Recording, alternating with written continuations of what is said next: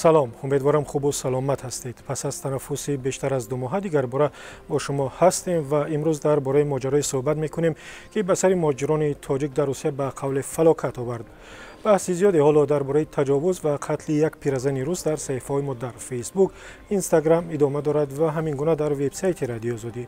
حادثه روز 11 سپتامبر در روستای بوژانینو در ولایت مسکو رخ داد و مردم اینجا را به حد خشمگین کرد که برای انتقام گیری به یک خوابگاه مهاجران تاجیک در نزدیکی دهه آمدند و از ماموران میلیسا خواستند که مهاجران را به قول آنها از اینجا دفع کنند.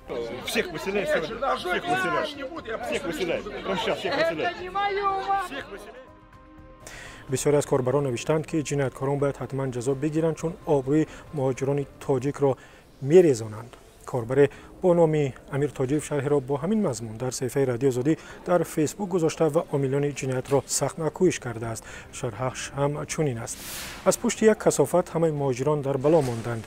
به نام تاجیک لعنت آوردند، ولی اگر هر کسی هم نباشد حال مهاجران را بد می کند.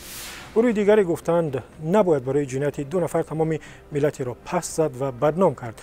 شرح ظاهرالدین رحیموف را میخوانیم که در صفحه رادیو آزادی در فیسبوک گذاشته است: باید مقامات انتظامی درست و باثمر کار کنند و تمام مهاجران را گناهکار نشمارند.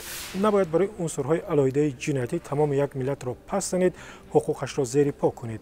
بدون شک جنایتکار باید جزا بگیرد.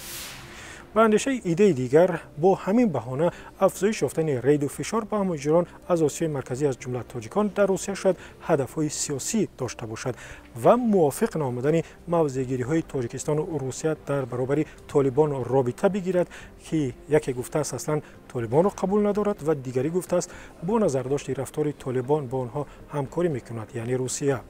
کاربر با نام اسفندیار خلیلی چنین شرح را در صفحه ما در فیسبوک گذاشته است: با فکرم اینجا بازی سیاسی نهان است. بعد اعلام موقع تاجیکستان نسبت به قضیه افغانستان که چین و روسیه جانبداری به رسمیت شناختن طالبان بودند، مهاجر ستیزی و دپارت شروع شده ایستاده است. این شاید یک نوع فشار به دولت تاجیکستان است تا به دولت طالبان مخالفت نکند، وگرنه برای گمانبر شدن 2-3 مهاجر چرا باید همه مهاجران جزا بینند؟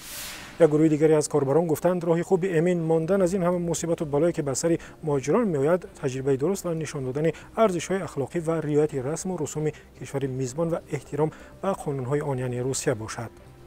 شهریار احتمزاد ادیبای تاجیک در این باره شرحی کوتاهی در صفحه ما در فیسبوک گذاشته است. آن هم چنین است: اگر مهاجر در وطن خود آداب و رفتار جامعه را نداشته باشد، در هجرت تنها داغ ملت است. شاید مهاجران را پیش از هجرت از غلبه روانی و سیاسی گذرانیدن ضرور باشد.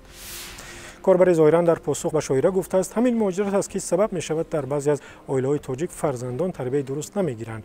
شرح این کاربر را که خود را مزبوجان محمدی معرفی کرده است میخوانیم: از کجا آداب و اخلاق یاد گیرد بیچاره تاجیک؟ پدر مهاجر، مادر به بار روزگار بند. آموزگار بیچاره از تنگ دستی در مکتب و جامعه آبرو ندارد. جوانان با رسیدن به سن کمال راه مهاجرت را انتخاب می کنند. در مهاجرت خواری و ظلم و جهالت می بینند. از کجا تربیت ضروری را پیدا می کنند؟ مزبوجان درست میگوید یا نه؟ شما هم نویسید، چی در وبسایت رادیو آزادی یا در صفحه‌های رادیو آزادی در فیسبوک، اینستاگرام و یوتیوب. اگر در ویدیو ثبت کنید و به این شماره بفرستید چه خوبتر. تلگرام، واتساپ، وایبر و ایمو دارد. آزادی آنلاین به پایان رسید. من طاهری سفر هستم و اینجا رادیو آزادی است.